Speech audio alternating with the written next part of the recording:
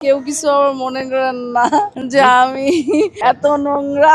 আমি তো ঠান্ডা পানি দিয়ে শাওয়ার করিনি, 4-5 শরীরের অন্য অঙ্গ প্রত্যঙ্গর থেকে আমার মনে হচ্ছে আমার পায়ের শীতটা বেশি। আমার না ঠান্ডা ভালো লাগে না গরম ভালো লাগে। ছোট্ট একটা পুঁজি নিয়েও এদেশে অনেক কিছু করা সম্ভব। যারা বিদেশে সেটেল হয়েছে তারা কিন্তু শান্তিতে নাই অনেক। আমি না একটু মানে কি টাইপের মেয়ে জানেন, মানে আমার না ঠান্ডা ভালো লাগে না গরম ভালো লাগে, মিডিয়াম ঋতুটা ভালো লাগে।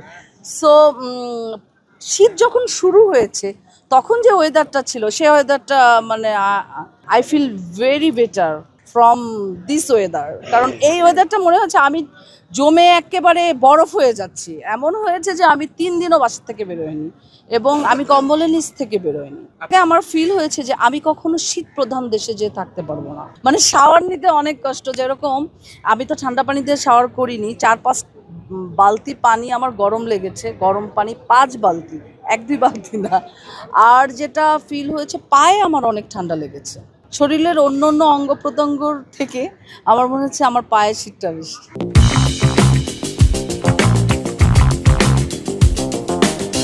এবারই তো করেছি। এবার একদিন পর করেছি। মানে যেটা বেশি কষ্ট যে চুল ধোয়াটা, মানে অনেক চুল মাথায়, এই চুল শুকোতে অনেক কষ্ট এবং চুল ওয়াশটা ভেরি ডিফিকাল্ট। সো আমি একদিন পর গোসল করেছি। কেউ কিছু আবার মনে করেন না যে আমি এত নোংরা যে আমি একদিন পর গোসল করেছি। আমার শীতটা একটু বেশি, মানে তাদের ছোটবেলা থেকে আমার শীতটা একটু মনে হয় যে আমি ফিল বেশি করি আর কি। আমরা ডাল ভাত খাই, কম খাই, তারপরেও মনে হয় কি দেশের মাটিতে থাকা, দেশের জনগণের ভালোবাসা পাওয়া অনেক বড় ভাগ্যের বিষয়। তো দেশে আমার পরিবার বলে দেশে কারা যায়, নিরুপায় হয়ে যায় কিন্তু। সো আমরা কিন্তু বাংলাদেশে বসেই অনেক কিছু করতে পারি যদি আমাদের চিন্তা শক্তি ওরকম থাকে। ছোট্ট একটা পুঁজি নিয়েও এদেশে অনেক কিছু করা সম্ভব।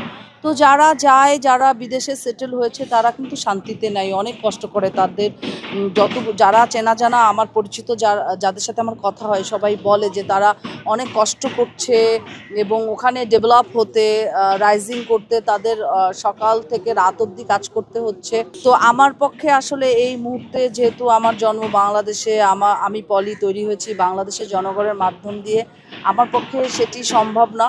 তো ব্যক্তিগতভাবে বলবো যে আই লাভ বাংলাদেশ। আমার মাটি, আমার বাতাস, আমার প্রকৃতি আমি খুব লাভ করি। সো আমার এখান থেকে আপাতত কোথাও যাওয়ার ইচ্ছা নেই।